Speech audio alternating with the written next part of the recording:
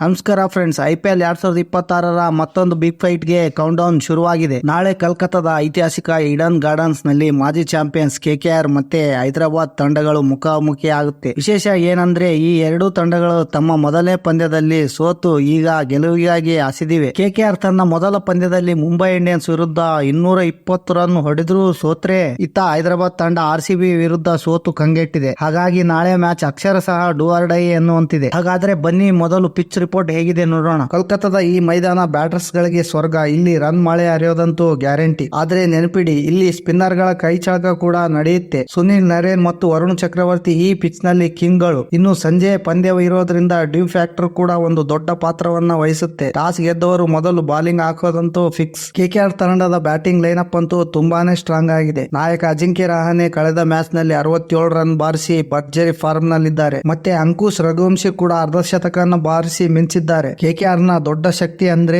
Finisher Rinku Singh. ಆದ್ರೆ ಇವರಿಗೆ bowling ನದ್ದೇ ಚಿಂತೆಯ ವಿಷಯ. 220 ರನ್ ಗಳನ್ನು ಡಿಫೆಂಡ್ ಮಾಡಿಕೊಳ್ಳಲು ಆಗದ ಬಾಲಿಂಗ್ ಅಟ್ಯಾಕ್ ನಾಳೆ ಸುಧಾರಿಸಿಕೊಳ್ಳಲೇಬೇಕು. ಇತ್ತ ಸನ್ರೈಸ್ ಹೈದರಾಬಾದ್ ತಂಡದಲ್ಲಿ ಪವರ್ ಹಿಟರ್ ಗಳ ದಂಡೇ ಇದೆ. ಇಶಾನ್ ಕಿಶನ್ ನಾಯಕರಾಗಿ ಮೊದಲ ಪಂದ್ಯದಲ್ಲಿ 80 ರನ್ ಚಚ್ಚಿದ್ರೆ, ಇವರಿಗೆ ಟ್ರಾವಿಸ್ ಹೆಡ್ ಮತ್ತೆ ಅಭಿಷೇಕ್ ಶರ್ಮಾ ಸಾಥ್ ಕೊಟ್ರೆ KKR ಬಾಲರ್ ಗಳಿಗೆ ಉಳಿಗಾಲನೇ ಇಲ್ಲ. ಬಾಲಿಂಗ್ ನಲ್ಲಿ ಹರ್ಷಲ್ ಪಟೇಲ್ ಮೇಲೆ ಹೆಚ್ಚಿನ ನಿರೀಕ್ಷೆ ಇದೆ. ಪ್ಯಾಟ್ ಕಮಿನ್ಸ್ ಅವರ ಅನುಪಸ್ಥಿತಿಯಲ್ಲಿ ಇಶಾನ್ ಕಿಶನ್ ತಂಡವನ್ನ ಹೇಗೆ ಮುನ್ನಡೆಸ್ತಾರೆ ಅನ್ನೋದೇ ಇಂಟ್ರೆಸ್ಟಿಂಗ್. ಇತಿಹಾಸನ ನೋಡಿದ್ರೆ KKR ಅವರು ತುಂಬಾ ಸ್ಟ್ರಾಂಗ್ ಆಗಿ ಕಾಣ್ತಾರೆ. ಆಡಿದ 30 ಪಂದ್ಯಗಳಲ್ಲಿ ಕೋಲ್ಕತಾ 20 ಬಾರಿ ಗೆದ್ದಿದೆ. ಆದ್ರೆ ಈಗಿನ ಫಾರ್ಮ್ ನೋಡಿದ್ರೆ ಯಾರನ್ನೂ ಲಘುವಾಗಿ ಪರಿಗಣಿಸುವಂತಿಲ್ಲ. ಹಾಗಾದ್ರೆ ನಿಮ್ಮ ಪ್ರಕಾರ ನಾಳೆ ಪಂದ್ಯ ಗೆಲ್ಲೋದು ಯಾರು? ನಿಮ್ಮ ಪ್ರಿಡಿಕ್ಷನ್ ಅನ್ನು ಕಮೆಂಟ್ ಬಾಕ್ಸ್ ನಲ್ಲಿ ತಿಳಿಸಿ. ಈ ವಿಡಿಯೋ ಇಷ್ಟ ಆದ್ರೆ ಲೈಕ್ ಮಾಡಿ, ಸಬ್ಸ್ಕ್ರೈಬ್ ಮಾಡಿ. ಇದೇ ತರ ಕ್ರಿಕೆಟ್ ನ ಇನ್ನಷ್ಟು ಅಪ್ಡೇಟ್ಸ್ ಗಾಗಿ ನಮ್ಮ ಚಾನಲ್ ನ ಸಬ್ಸ್ಕ್ರೈಬ್ ಮಾಡೋದನ್ನ ಮರಿಬೇಡಿ.